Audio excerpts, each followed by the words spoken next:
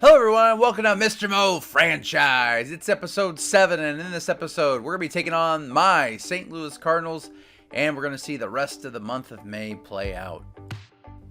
As we look at our standings, we are 11-22. So we're traveling to St. Louis to take on my Cardinals, who have a much better record than we do at this point. Oh, there's those glorious St. Louis fans.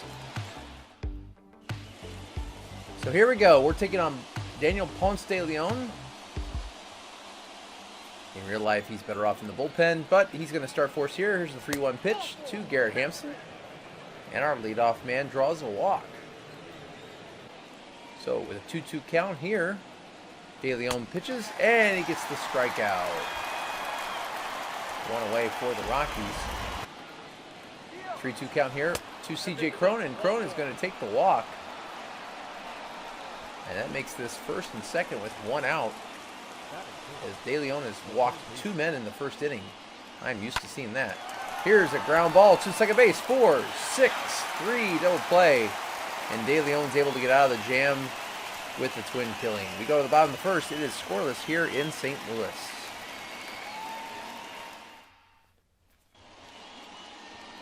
We're going to send Derek Rodriguez to the mound. 1-4 record so far this year with a 4.83 ERA and a 1.8 WHIP. That is not good. Leading off for the Cardinals is the scrappy Tommy Edman. 1-2 pitch. He's going to fly out to right field. If we're going to win this game, we have to keep Tommy Edman off the base pads.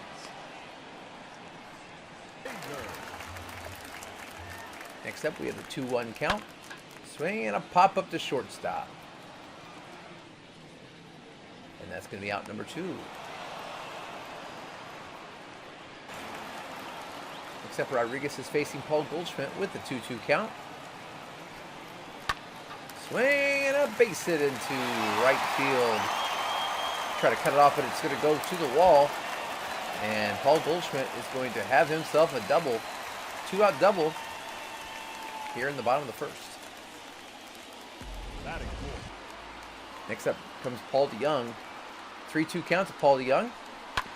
And he's going to ground out to Mr. Hampson. Hampson throws the first, and the inning is over. Rodriguez gives up a double, but he gets out of the inning with no runs. We go to the top of the second, and we are scoreless here in St. Louis. Matt Adams gets the start today for the Rockies. And he got a nice ovation from these Cardinal fans who remember the great things he did for this team. Currently, this season, he's batting .286, which is the best on our team. 1-1 count to Mr. Adams.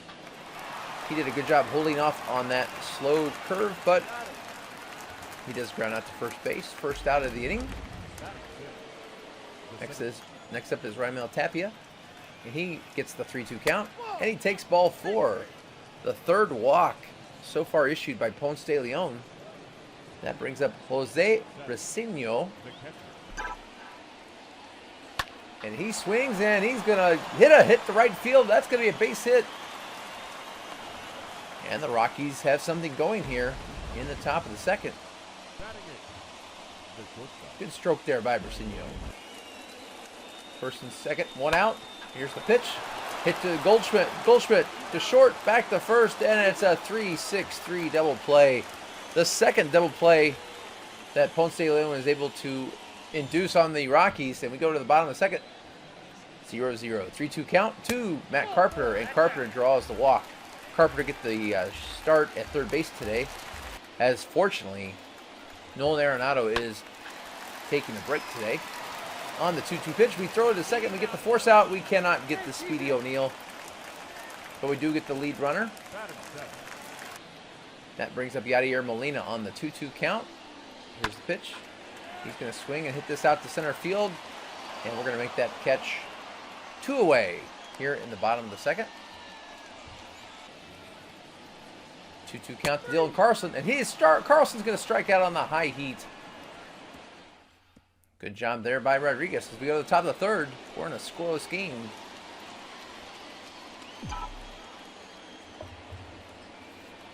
Here's the pitch. And Rodriguez is going to pop out to foul ground. That's going to be tracked down by Goldschmidt. One away. Back to the top of the lineup. That brings up Garrett Hampson. Currently batting .218 on this young season. Here's the pitch. Swing and a ground ball to third base. And Carpenter is going to throw this away. And Hampson will take second on the E5. And that puts the Rockies with a man in scoring position.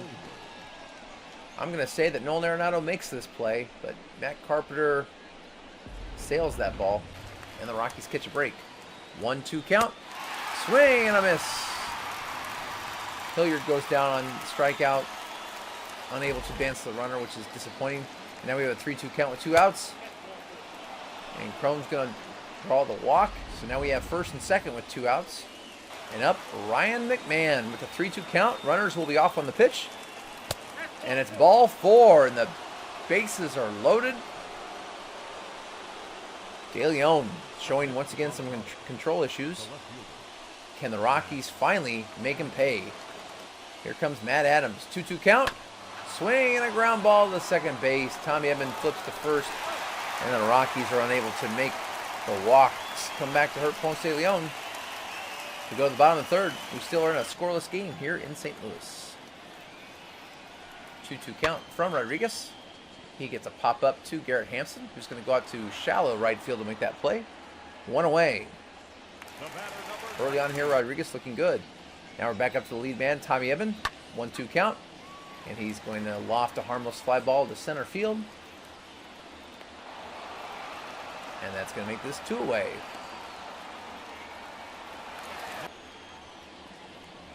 Here's the 1-2 count. Swing and a fly ball to center field once again. And that's a 1-2-3 inning as O'Neill is unable to get a hit. We go to the top of the 4th. No score. In fact, we've only had 1 hit per piece. 3-2 count here to Tapia. Top of the 4th.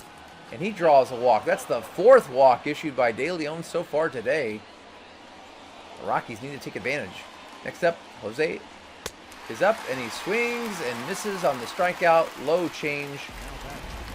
1 away. Let's watch the replay. Oh, excuse me. It looked like that was a knuckle curve. Brendan Rodgers with a 2-2 count. 1 away. Swing and another strikeout for Ponce de Leon, who's battling back here after the leadoff walk. Now we have a 1-1 count with 2 away. And the pitch. And a ground ball to Goldschmidt, who's going to take this unassisted. And Ponce de Leon once again avoids the damage from the walk. We go to the bottom of the 4th. No score. 3-2 count against Paul Goldschmidt here in the bottom of the 4th inning. Here's the pitch. And a lazy can of corn to center field. Rodriguez so far matching Ponce de Leon. No runs allowed. Next up, Paul DeJong on a 3-1 count, and DeJong draws the walk. Rodriguez looks frustrated there, and that brings up Matt Carpenter on the 1-2 count. Here's the pitch, and Carpenter goes down swinging on the strikeout. Brings up Tyler O'Neill, 1-1 count, 2 outs. He's going to ground out the third. Here's the throw, and that is out. And just like that, the inning is over. No runs. We go to the top of the 5th. We are in a pitching duel. Speaking of pitchers, Adam Wainwright comes in. He's now been moved to the bullpen for the Cardinals, and he's going to face Garrett Hampson, top of the lineup, here in the top of the 5th inning. 2-1 count to Mr. Hampson. Here's the pitch. Hampson waited on it, on that slow Adam Wainwright curveball. Unfortunately, he couldn't make it into something special, and that's the first out of the inning. And that brings up Sam Hilliard. You have to have that patience when you take on Adam Wainwright. You got to watch that Uncle Charlie. And here's a grounder back to Adam Wainwright, who flips to first base. 2 outs in the inning. Next up is C.J. Cron, who's up to 271 on the season. Here's the 2-2 pitch from Adam Wainwright. Cron waited on it and hits that into left field. Such a good hitter is C.J. Cron for this team. If only he could get some other support. As we watch the replay, he just waited on that curve. And that brings up Ryan McMahon. 2 outs and a 1-1 count. C.J. Cron on first base.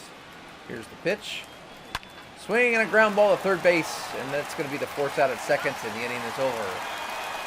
Wainwright gives up a hit, but otherwise, look good. We go to the bottom of the 5th. We're still scoreless. Yadier Molina with a 1-2 count. And Molina is going to be plunked by Rodriguez. And Molina doesn't like it. And this crowd does not like it either. Molina is a fan favorite, and they are letting Rodriguez hear it. We'll see if that shakes Rodriguez's confidence or if he can rebound. 1-2 count. Here's the pitch to Dylan Carlson.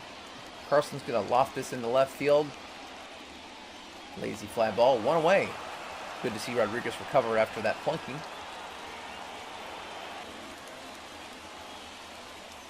Next up, 3-2 count. And Arenado coming in to bat is going to draw the walk. And that means we're back to the top of the lineup. Tommy Edman.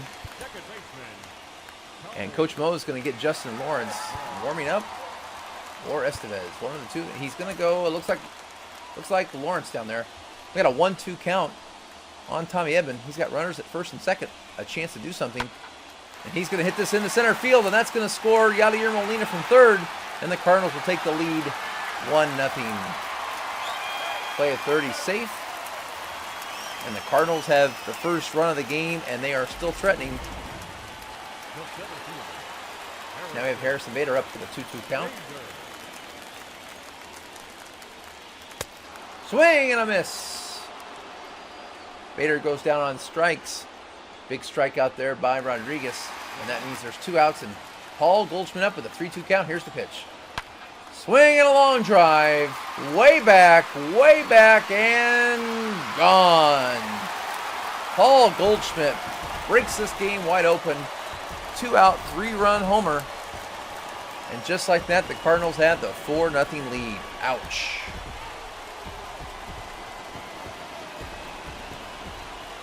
So after 4 innings, it looked really good for Rodriguez, but he loses a little bit here in the 5th as the Cardinals plate 4. This ball was launched. That cutter didn't do enough cutting, and Paul Goldschmidt breaks this game open. 2-2 count now to Paul DeYoung. And he's going to tomahawk this into right field, and that's going to drop. The Cardinals aren't done here in the 5th.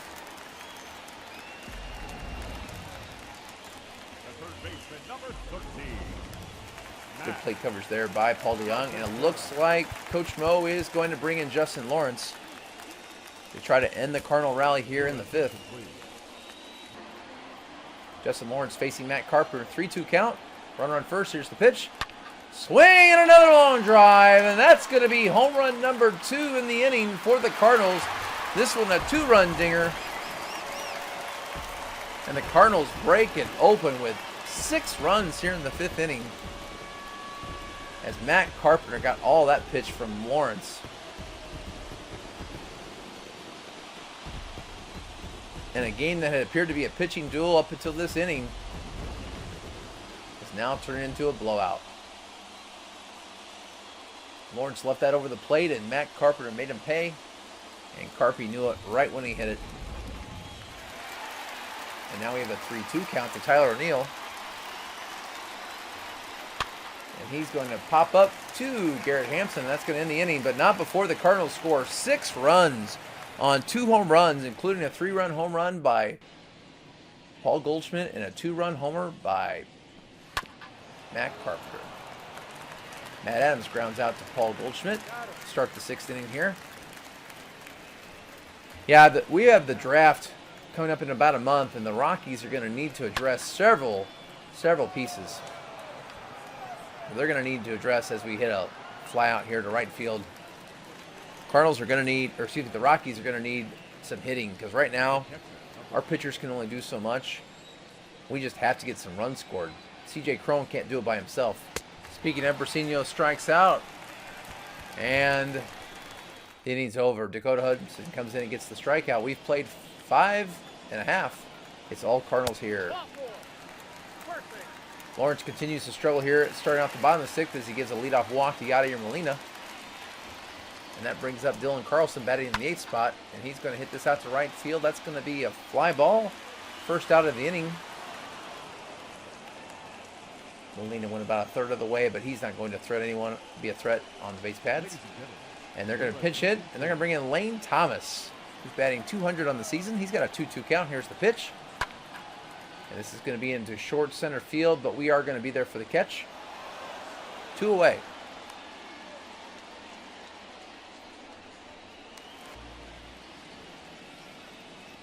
Back to Tommy Edman, 2-1 count. And this is going to be launched deep into the right field. That's going to be off the wall. Will Molina be able to score? I doubt it. He's a little too slow at this point in his career.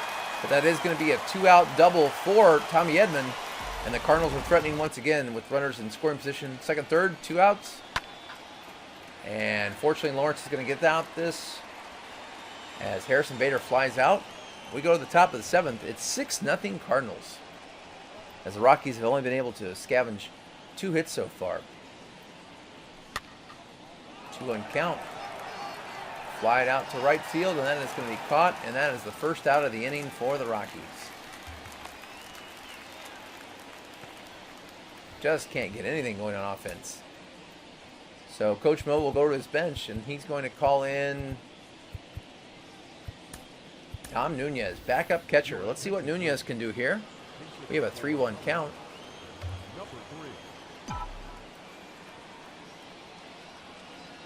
And here's the pitch. Swinging a fly ball out to right field, and that's going to be out number 2 in the inning. Nunez unable to get anything started here. So we're going to need some 2-out magic here in the 7th. And we're back to the top of the lineup. It is Garrett Hampson with a 2-2 count. And then here's the pitch. Swinging a base hit for Hampson. Took that right where the pitch was thrown and hit that into right field. There's our 3rd hit of the game. So now we've got some speed on the base paths with a 1-2 count.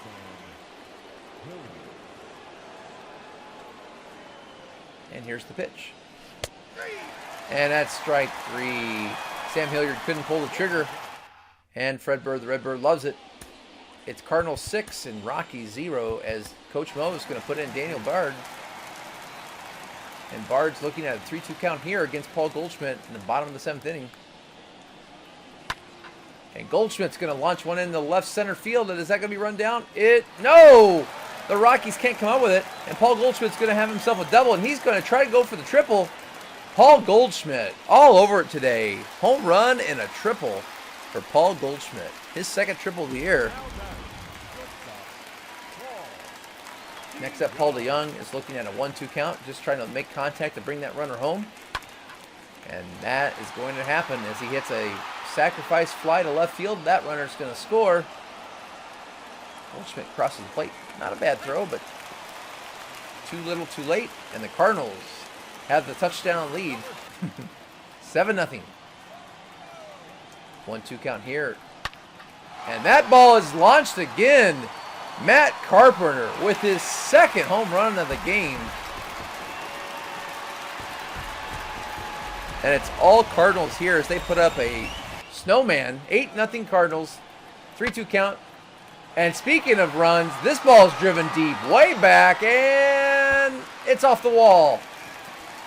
And with O'Neill's speed, he's going to be able to get the 3rd, and that's the 2nd triple of this game. First one by Goldschmidt, that one by O'Neill. And the Cardinals look like they're ready to pour on some more. 3-1 count to Molina. And Molina's going to draw the walk. And that brings up Dylan Carlson with a 1-2 count. Here's the pitch to Dylan Carlson. And he's going to swing at the high cheese. 2nd out of the inning. And that brings up Alex Reyes. They're going to leave in Reyes to hit. 2-2 count. Here's the pitch to Reyes. And he's going to swing like a pitcher. Strikeout, the inning's over, but the Cardinals tack on. We go to the top of the 8th. It's 8-0 Cardinals. And look at this. C.J. Cron continues to hit for this team. He's the only one that seems to be able to hit consistently. So a leadoff single for Crone. Can anybody help him on this offense? Just hit it right back up the middle. Next up is Ryan McMahon. Let's see if McMahon can get a hit here. 3-2 count. Here's the pitch. Swing and a long drive. That is going back, and Carlson leaps and can't make the catch. That is gone. Ryan McMahon with his 8th home run of the year. And that makes this an 8-2 game. Reyes gives up the 2-run dinger. Reyes provided a lot of the power with the velocity, and McMahon provided the rest. And at least the Rockies won't be shut out. 2-run home run here in the 8th inning as McMahon went down and got it. Carlson gave a good effort here. Watch the leap. We've already had one of these home runs robbed from us earlier in the series. Thought that might happen again. Next up is Matt Adams. Can he keep the offense humming here in the 8th? The first 7 innings, it was a very low hum. And Adams is going to show a good eye there and draw the walk. So it looks like Reyes is struggling a bit here in the 8th inning. Let's see if the Rockies can put some more offense on the board. Next up is Tapia. And he's got a very favorable count here, 3-1 count. Here's the pitch. And ball 4. Reyes looks a little shaken right now, and that's going to give the Rockies first and second. And that calls on Jordan Hicks is going to come in for the Cardinals here. No outs, runners on first and second. He's got wicked stuff. Here's the 2-2 count. Swinging a ground ball to third base. It's going to go to first, so the Rockies do advance the runners, stay out of the double play. And now they have 2 runners in scoring position with only 1 out. Let's see if we can bring them home. Brendan Rodgers up. He's 0 for 3 in the day. We got a 1-2 count here from Jordan Hicks. Has that blazing fastball, the wicked slider. Here's the pitch. And he just blows it by him with that sinker that is fast. 98 on the gun. And the Rockies are going to call him the pinch hitter. They're going to bring in Casey Golden. Let's see if Golden can bring in the runners. Golden has a 1-1 count here. Jordan Hicks. Here's the pitch. He threw the slider.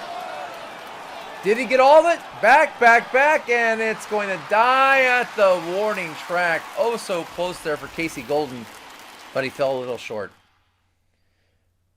Well, we do have a bright spot. We actually did get on the board. This 2-run homer by McMahon, and it's 8-2. Ladies and gentlemen. Here we are at the bottom of the 8th inning, 3-2 count. And Edmund goes down looking for the first out of the inning. And that brings up Harrison Bader on the 2-1 count. Here's the pitch. And Bader's going to draw the walk. Givens gives up the walk, and here comes Paul Goldschmidt, who's got a home run and a triple already. 3-1 count. And he swings way back. And has he done it again? He has. Paul Goldschmidt having one of the best games we've seen all season, if not the best. Paul Goldschmidt now has a home run, a triple, and a home run. Paul Goldschmidt having an all-star day. And the Cardinals now have the 10-2 lead. Here's the 3-2 count to Paul DeYoung, and he's going to draw the walk, and Givens is struggling right now. And that brings up Matt Carpenter. He's got 2 home runs in the day. It's a battle between Carpenter and Goldschmidt, who's having the better days. Goldschmidt's going to tap it to second base. We're going to throw to second, get the out there, back to first. Can't quite get the slow Carpenter, but we do get the lead runner. I think they're giving him a break by saying he's got 25 speed. Any Cardinal fans will tell you that's a gift. Here's the 1-2 count, and that ball's driven deep. As Tyler O'Neill is going to get either a home run or off the wall. That's going to be off the wall. And look at this. Tyler O'Neill is going to have his second triple of the day. So we've seen 3 triples today, 2 by O'Neill. We've seen 2 home runs by Goldschmidt, 2 home runs by Carpenter. And it's 11-2 Cardinals. And are they done? Here comes Yadier Molina. He's going to hit this into right field to mercifully end this inning. But the Cardinals get on the board again. It's 11-2 Cardinals. We're in the top of the 9th here. Can the Rockies put any more offense on the board? That ball's driven to left field, but it's going to be an out. That's all Hampson can do is fly out to left field. That's 1 away. And that brings up Sam Hilliard, who's 0 for 4 in the day. He is definitely struggling today. And the struggle bus continues as he strikes out on the inside slider, and he goes 0 for 5. And you can't have that in front of C.J. Cron, who seems to be one of the few people who actually can swing the bat on this team. And I jinx him here as he strikes out against Jordan Hicks, and the game is over. And the Cardinals take the game 11-2. This game started out with a pitching duel and it ends up being a blowout. Cardinals get 11 runs and 11 hits. Goldschmidt 4 for 5 on the day, 2 home runs, a triple, and a double. A single away from the cycle. He had 5 RBIs in the game. Carpenter had 2 home runs and went 2 for 4 with 3 RBIs. O'Neill went 2 for 5 with 2 triples, and Tommy Edman went 2 for 5 as well. Our lone bright spots were Ryan McMahon with the home run and CJ Cron, who went 2 for 3. And so that puts us at 11-23 on this season. So with that loss I rolled, I got a 2. It's a minus D6 to the GM, and I rolled a 3. So we lost 3 for the GM, so our GM rating is now down to a 35. He's not liking what he's seeing so far. So the random event says first base coach growth. Check the league leaders in steals. If one of your players is in the top 10, improve your first base coach by 1 level, then simulate 4 weeks. I did not have any players in the top 10 of steals, which was disappointing considering that we are among the league leaders in speed. So as we look at the top 10, Tommy Pham is tied with Trey Turner first in steals. And we got to scroll down and you can see there's a bunch of people tied for 10th. So if I would have had 4 stolen bases, I would have made it since there are a ton of them. But no, we don't even have 3 stolen bases. Sad to say, we're all the way down here with 2 stolen bases. CJ Cron, first baseman, is tied for 2 stolen bases with Garrett Hampson. Is 97 speed. That's sad. Just goes to show you Hampson's not getting on enough. So let's continue on the simulation as we have to simulate 4 weeks. Take on the Padres. We get a loss there. Another loss, 3-4. That one, we're dropped to 11-25 on the season. And the Padres sweep us in a 3-game set. Next, we take on the Reds. We lose another one. Not looking good. We've now lost 6 in a row. Not looking good. We're 1-9 in our last 10. Finally, we get a win against the Reds to break that losing streak. And then we have a 2-game winning streak. Now we're back to 13-28 on the season. Then we lose to the Padres again. We lose to the Padres again. We've done a lot of that this month. And the Padres beat us one more time. They just have our number. We are 13-31 now as we approach the Diamondbacks, who beat us. We get a win there. Now we're 14-32 on the season. We've won now 2 in a row against the Diamondbacks. Lose 1 there against the Mets, 1-0. Lose 6-0, so we haven't scored any runs against the Mets in this series. And then we finally break out with 9 runs. We're now 16-34, and we finish out this 4-game set with the Mets. We have a major injury here to Bracero, so he's going to be on the injured reserve for a couple weeks. We make a call-up, get a win there. Another win against the Pirates. We are approaching the first-year draft. And let's close out the month of May with a loss to the Pirates. Then we have a day off here. We're going to be simming. We have a couple of games here against the Rangers. But before that, we're going to have, I believe, we lose that one. And then the first-year player draft is here. So let's go to the draft and see how we do. As you can see, we are deciding between Pedro Ojeda, who's a 70-70. We have fully scouted him. We're looking for a lot of position player depth in this draft. We need some hitters. Yes, our pitching's bad too, but we need people that can get on base. I'm between Pedro Ojeda and Brian Alanes. And his 75 potential is definitely intriguing, and the fact he's 18 years old.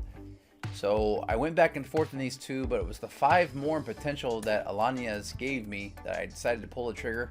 So Brian Alanes is our first draft pick. And then fortunately for me, Pedro Ojeda was still left when we came to the next draft. So we were very happy to go ahead and grab Pedro Ojeda as our second pick. That was exciting. And then our third pick, we didn't have him scouted, but Freddie Cordova, I liked his potential, and I was very tempted to pick him with his 80 potential and 75 overall. And so I went ahead and pulled the trigger on Freddie Cordova as our third pick, even though I hadn't scouted him. With the fourth pick, I saw Miguel Mendoza as a third baseman, and once again I hadn't scouted him, but I did like the fact that they were saying he was ETA 2022. So I took a chance on Miguel Mendoza, even though I hadn't fully scouted him. In fact, I hadn't scouted him at all. But Miguel Mendoza became the next pick, our fourth player drafted in this player draft. The fifth player I went with Clint Gustafson. And I also was tempted for Omar Guerra, a catcher. I went back and forth, but then I finally decided, let's go ahead and go with Clint Gustafson since I am struggling getting production out of the shortstop position. So I went ahead and drafted Clint Gustafson to be our 5th pick in this draft. Looking at his numbers, I had thought he had potential. I liked the fact he bats left-handed as well, and then he plays second, short, and third. These were definitely qualities that I thought would be very helpful for our team and getting some depth in our minors, and hopefully he can be someone that can come up. So this pick was Cliff Gustafson. And then I came back around and Omar Guerra was still there as a catcher, international catcher. So with the 6th pick, I went ahead and grabbed Omar Guerra, the catcher, even though once again I hadn't scouted to see what he was made of. But that gave us some picks all over the place, some outfield help, some infield help, and now a catcher. And then with the final pick, I went with Ralph Gillespie, once again a blind pick here. I haven't scouted him, but I did like the fact that he was one of the last few 2022 potential guys. And so with our last pick in this first player draft for the Colorado Rockies, I went ahead and selected Ralph Gillespie. And that took us to the end of the player draft. And now let's see how our draft went. So fingers are crossed. Our first pick, this is a solid pick, Brian Alaniz. Look at this. This is a fantastic selection. Let's take a look at his bars and see what he is. He's 18 years old. He's a B75. I mean, this guy could start for us next year as an 18-year-old. Now, I'm going to hold off on that at the start. I'm going to let him develop in the triples. But look at that, 75B, and he's only 18 years old. I like his power numbers. I like his contact against lefties.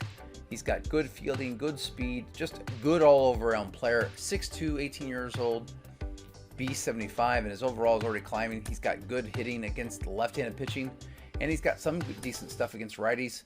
So I am very pleased with our first pick, Brian Alaniz, a right fielder that can play all 3 positions, but definitely looking to play him in right field.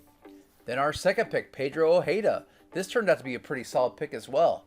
He's only 19 years old, and he's a 73C, so his potential isn't as good, which I'm glad I picked Alaniz first, but still, a 73C, 19-year-old, he's somebody that could come on this team and play right away. But once again, I think I'm going to start him in the minors at the start and not ruin his development, and I want to see him grow in the minors.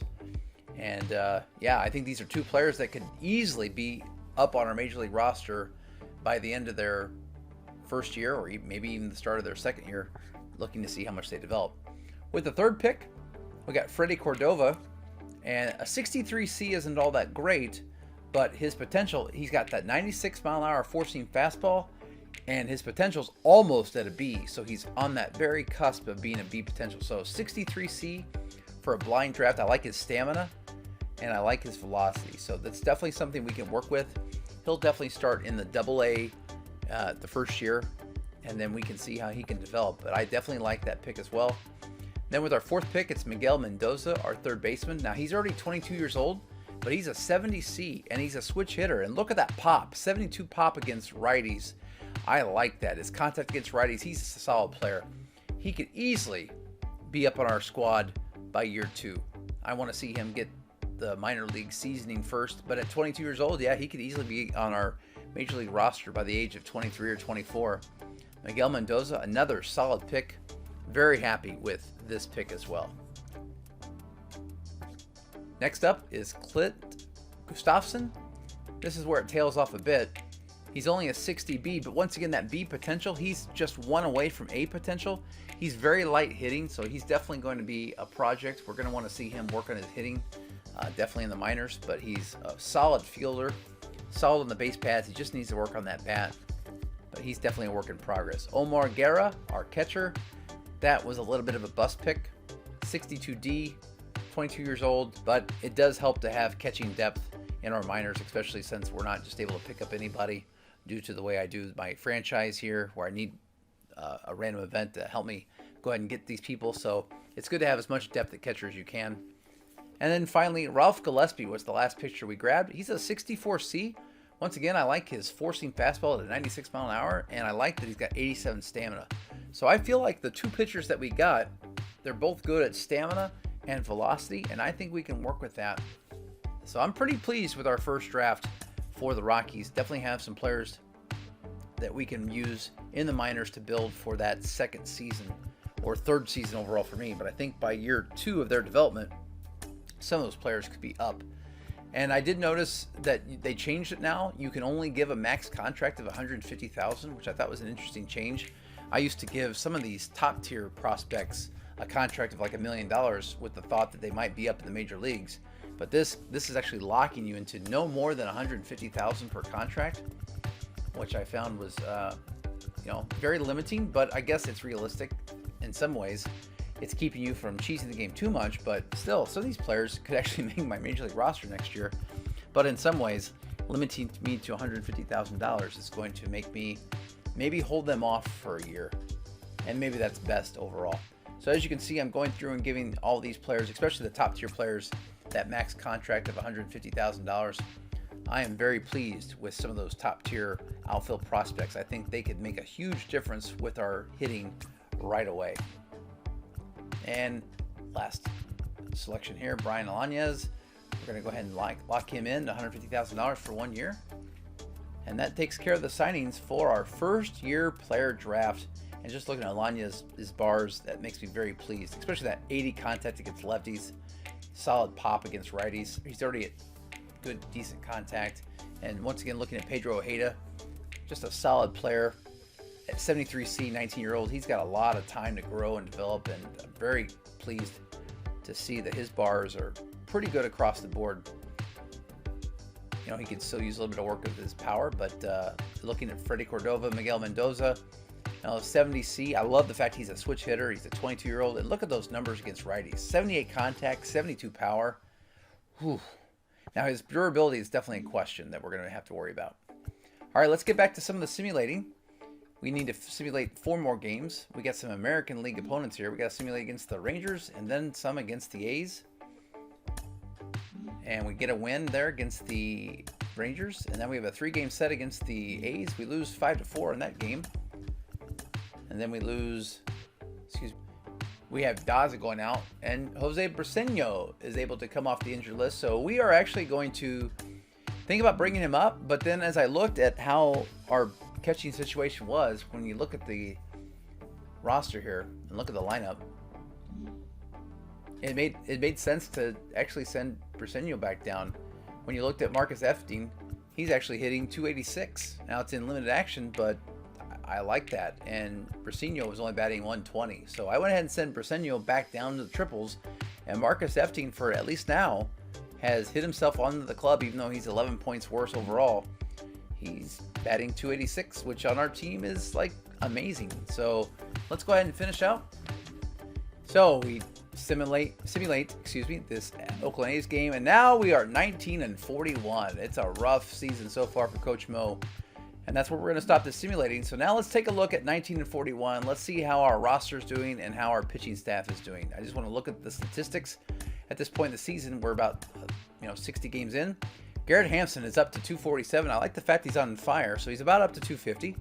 Sam Hilliard is hot, but 221 average. I'd like to see that better. He does have 7 dingers and 24 RBIs. At the third spot, CJ Cron is batting 242, so he's dropped a little bit. 10 home runs, 23 RBIs, and hard to believe, but Ryan McMahon is actually doing better now. Ryan McMahon's batting 4 points higher. He's got more RBIs and more home runs. So Ryan McMahon has sort of come on, and CJ Cron has dropped off a bit. Matt Adams is limited action. Dom Nunez, is not hitting well. Casey Golden's not hitting well. It's a theme here. Brendan Rodgers isn't hitting well. And Raimel Tapia is hot. That's good to see. He's up to 234. Our bench, it's not much better when you go to the bench. Scott Burcham is hitting under 200. Fuentes is hitting under 200. Marcus Efting, as we mentioned, is batting 286. Jonathan Daza is partially injured right now. He's batting under 100. And Chris Owings is batting 242. So our bench not offering much help on our offense except for maybe Chris Owings and Marcus Efting in limited action. So now we're going to take a look at our pitching staff and see how that's going. Austin Gomber, our quote ace, is 0-4 with a 4.5 ERA and that 1.6 whip. Sensatella is doing the best. He's at 5-5 with a 3.21 ERA and a 1.14 whip. I'd like to see how he's doing. Kyle Freeland is not doing well at a 1-7 record, but his ERA is 4.23, so not too bad. But here's where the problem is. Derek Rodriguez, 1-9 with a 6.44 ERA. I've seen enough of Derek Rodriguez, and we're going to make a change at our number 4 pitcher.